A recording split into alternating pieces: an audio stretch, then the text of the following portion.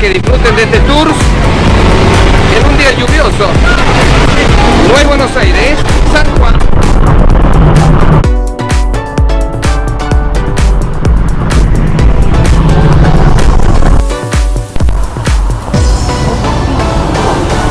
Estamos en Albardón.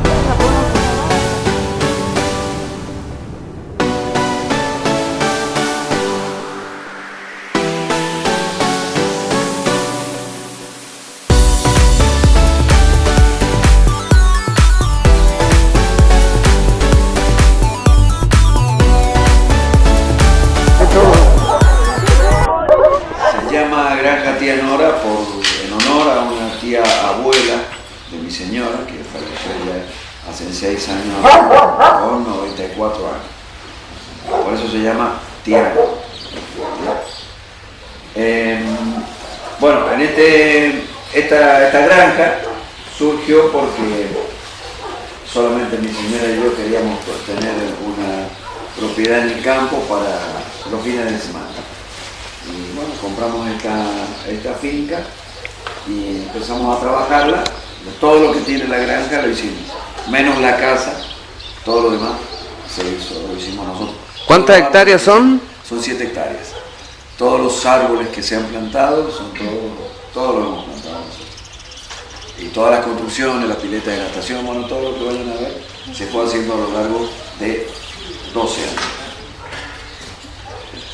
Después de que compramos esto, bueno, fuimos trayendo animales porque nos gusta la vida del campo. Y amigos que conocimos acá y amigos de otros lugares, gente que conocimos acá, nos dijeron que por qué no abríamos al público, por qué no nos dedicábamos al turismo, por todo lo que hacíamos. Y bueno, en el año 2009 comenzamos con todo lo que es turístico. Así surgieron varios nichos de trabajo. Uno, el turismo educativo, que ustedes vienen a hacer ahora. Por otro lado, tenemos lo que son los animales, cría de animales y venta de productos orgánicos. Ese tema lo van a ver con mi señora. Por otro lado, nos dedicamos a alquilar cabañas, se puede venir a alquilar cabañas. Y alquilamos también lugares para camping, se puede venir con carpa, pasar un día, 2 días, hacer campamento. En el verano la gente puede venir a bañarse. Por otro lado, recibimos gente a través de 2 programas. Uno es GOOF y el otro es Working Way. GOOF es una sigla en inglés que dice, más o menos se traduce como las grandes actividades en las granjas orgánicas. ¿Cómo es que decía? Bueno, algo así como que las grandes oportunidades para trabajar en las granjas orgánicas. Más o menos así. Y el otro es Working Way, que es trabajo afuera. Los dos son programas de voluntariado. Vienen personas de todas las edades, de ambos sexos, de cualquier parte del mundo. Ya hemos recibido más de 400 personas, entre 17 años y 65 años, que vienen a conocer Argentina y América del Sur, América Central y del Norte, lo que puedan. Y la mayoría pasa mucho tiempo, entre 4 meses, 5 meses, hasta 1 año, para venir a conocer a Argentina y América. Entonces, una de las formas de no estar parando siempre en un hotel, que es muy caro, bueno, utilizan la granja orgánica, las granjas que hay en todo el país, y dan trabajo a cambio de hospedaje. ¿Saben qué significa la palabra orgánico? Sí. No. Es todo lo que proviene de los organismos vivos, o sea, de los seres vivos. Cuando nosotros usamos abonos en la huerta orgánica, usamos todos abonos que provienen de seres vivos. Hacemos compost, hacemos humus de lombriz o usamos guano de los animales. El compost lo hacemos, es la descomposición de la materia orgánica. Materia orgánica, vuelvo a repetir, es todo lo que proviene de seres vivos. Por ejemplo, las hojas que caen en el otoño, el pasto que cortamos del jardín, la maleza o los yuyos que sacamos de la huerta. También Ahora vamos a ver el lombricero, donde hacemos lombricultura. El papel también es orgánico porque proviene de los árboles, los fósforos de madera también son orgánicos. Saquitos de té o la borra del café, cuando la hacemos, se la podemos poner también a las lombrices, porque todo eso es orgánico. Y el guano de los animales, como les dije también. En el caso de las lombrices, usamos solo guano de conejo porque es el único que en su proceso de descomposición no levanta temperatura, entonces se lo podemos dar directamente. Si les queremos dar guano de caballo, de vaca, de gallina a las lombrices, primero lo tenemos que hacer compost para que cuando levante esa temperatura, que puede levantar hasta 70 grados, baja la temperatura y recién se lo podemos poner a las lombrices para que lo transformen en humus. Y las lombrices, el proceso es que comen toda la materia orgánica y cuando pasa por su intestino, lo que ellas defecan es el humus de lombriz, que es el mejor abono orgánico que existe para las plantas. Les aporta todos los nutrientes que las plantas necesitan y mantiene mejor la textura del suelo y mantiene también mejor la humedad en el suelo. Tengo una pregunta, cuando hacen el abono, ¿lo preparan con algo o solamente es abono así solo nada más? No, todo natural. Justamente la huerta orgánica consiste en no utilizar nada de productos químicos. ¿Por qué? Porque cuando nosotros actualmente compramos verdura en la verdulería, por ejemplo, en el proceso de crecimiento de una planta de tomate, desde que nosotros ponemos la semillita hasta que cosechamos el tomate, los agricultores están usando aproximadamente 28 venenos diferentes. Entonces todo eso va a nuestra salud y cada vez hay más enfermedades, prolifera, el cáncer, que antes no había tanto, hay muchísimas enfermedades autoinmunes, enfermedades nuevas como la fibromialgia, por ahí ustedes lo ven en sus abuelos, en sus padres, cada vez más enfermedades. Todo eso es a raíz de los químicos que tiene no solo la verdura, sino que también conservantes, saborizantes, edulcorantes. O podemos poner plantas de verduras de hoja, que lo que nosotros comemos es la hoja, como las acelgas, las espinacas, la lechuga, la rúcula, la chicoria. Todas las verduras de hoja necesitan mucho nitrógeno.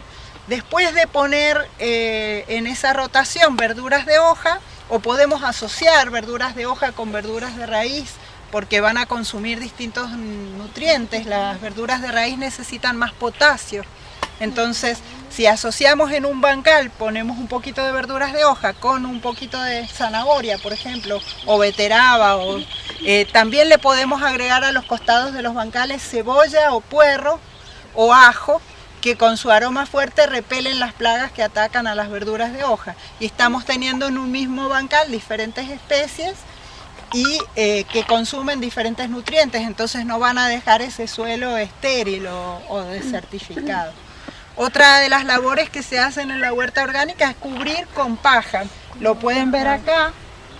Este bancal lo prepararon unos chicos franceses que estuvieron hace poco como voluntarios. Lo cubren con paja para que el suelo se mantenga húmedo. Al mantenerse húmedo, los microorganismos que le dan vida al suelo se van a mantener vivos. Si nosotros, ahora porque ha llovido, pero este suelo que no se riega porque es los caminos, digamos, ustedes lo van a poder ver que está mucho más compacto y es marrón.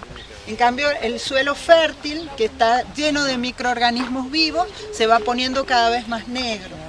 Cuando ven un suelo negro es muy fértil, cuando ven un suelo así y compacto, lo que pasa es que al no tener microorganismos se compacta y empiezan a, el sol seca todo, mata a los microorganismos, el suelo no está cubierto y después no puede pasar bien la humedad a las raíces de las plantas.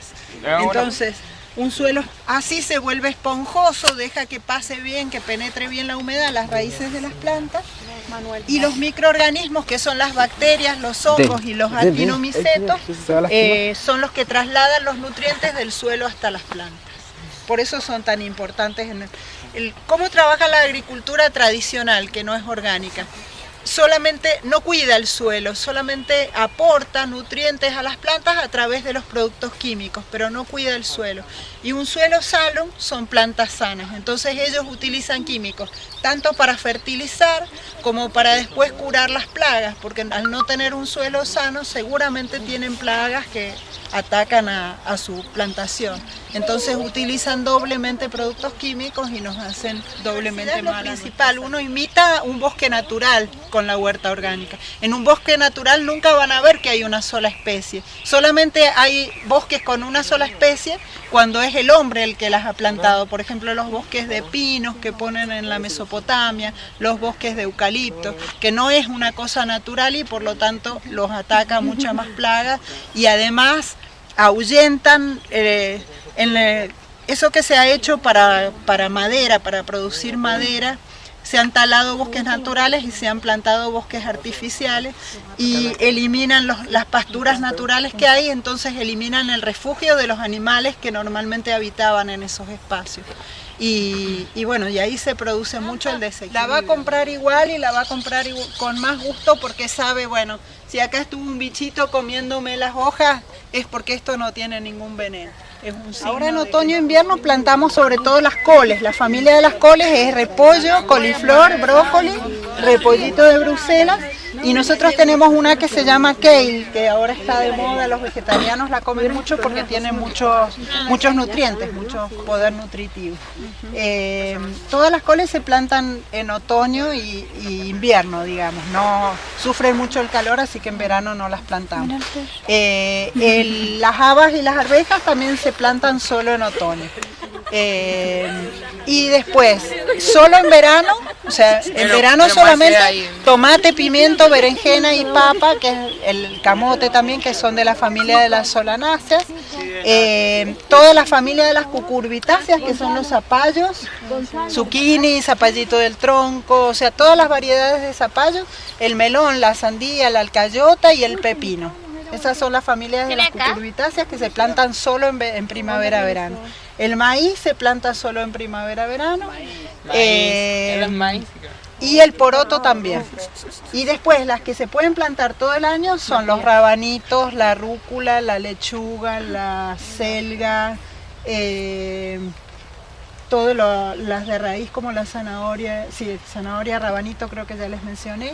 El ajo, la cebolla. El ajo y la cebolla particularmente llevan mucho tiempo para crecer, tardan entre 7 y 8 meses para crecer, entonces, y se plantan en otoño, en el mes de marzo. El apio se puede plantar todo el año. ¿La beteraba? La beteraba se puede plantar todo el año también, sí. ¿Tomate? El tomate solo en verano. Las plantas transpiran por las hojas, entonces tienen espinas y no hojas, para no transpirar. Y los cactus almacenan agua almacenan el agua en su cuerpo, digamos, en su tallo. Entonces, y eso es porque justamente los pocos días que llueven en el año almacenan agua suficiente para poder vivir todo el resto del año cuando no llueve. Entonces, si nosotros lo regamos en el bosque comestible, eso es muy lindo si después alguno en el futuro tiene la oportunidad de tener un terreno, aunque no sea demasiado grande, aunque no sea una finca, pero tienen oportunidad de tener un terreno.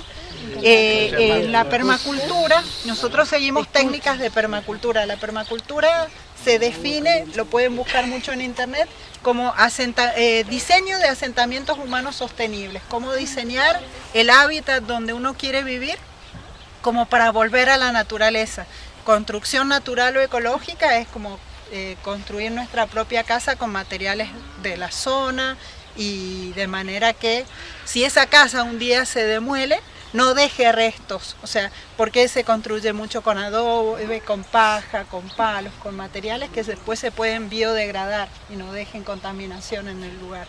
Se producen sus propias energías alternativas para no consumir energías que no sean renovables como el petróleo.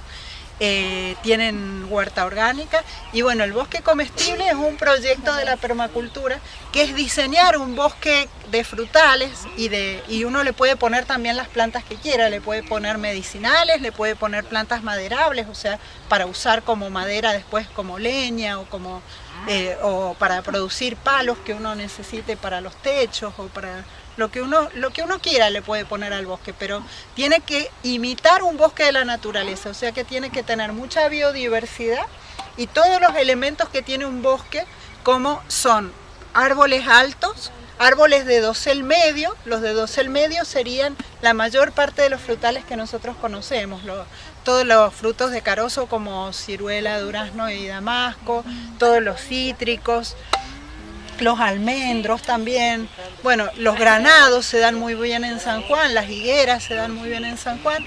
Después tendremos que ponerles también arbustos, porque los bosques naturales tienen, como yo les digo, todas las diferentes alturas y tamaños de plantas. Diferentes clases de arbustos que le podríamos poner aromáticas para tenerla para la comida, como los romeros,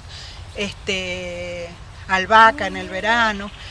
Tienen también plantas cubresuelos, que hay un video muy lindo en YouTube que se llama Estableciendo Bosques Comestibles, y en ese video enseñan a crear un bosque a partir de crearle el suelo. O sea, se crea primero el suelo poniendo muchos porotos, que son leguminosas, para que le den mucha fertilidad a ese suelo, y después ir implantando los frutales, que son más delicados y necesitan un suelo bueno. Y tienen que tener también trepadoras, porque los bosques tienen trepadoras. Entonces, por ejemplo, se puede poner la vid, y nosotros estamos acostumbrados al sistema del parral, pero antes en Grecia, en la antigua Grecia, ponían cepas de uvas trepadas, por ejemplo, en olivos. Entonces uno tiene el soporte, que es el olivo, y la planta de la uva, la vid, trepando se ayudan mutuamente, y además tenemos dos frutos en distintas temporadas. Tenemos la uva y después viene el híbrido. Sí. Nunca las mulas tienen cría entre ellas, sino que para tener una mula siempre vamos a necesitar un caballo y una burra, o una yegua y un burro. No se pueden reproducir entre ellos, por eso son híbridos. Con las plantas también tenemos híbridos. Nosotros tenemos podemos obtener nuestras propias semillas de nuestras plantas, porque son de semillas libres, de polinización abierta.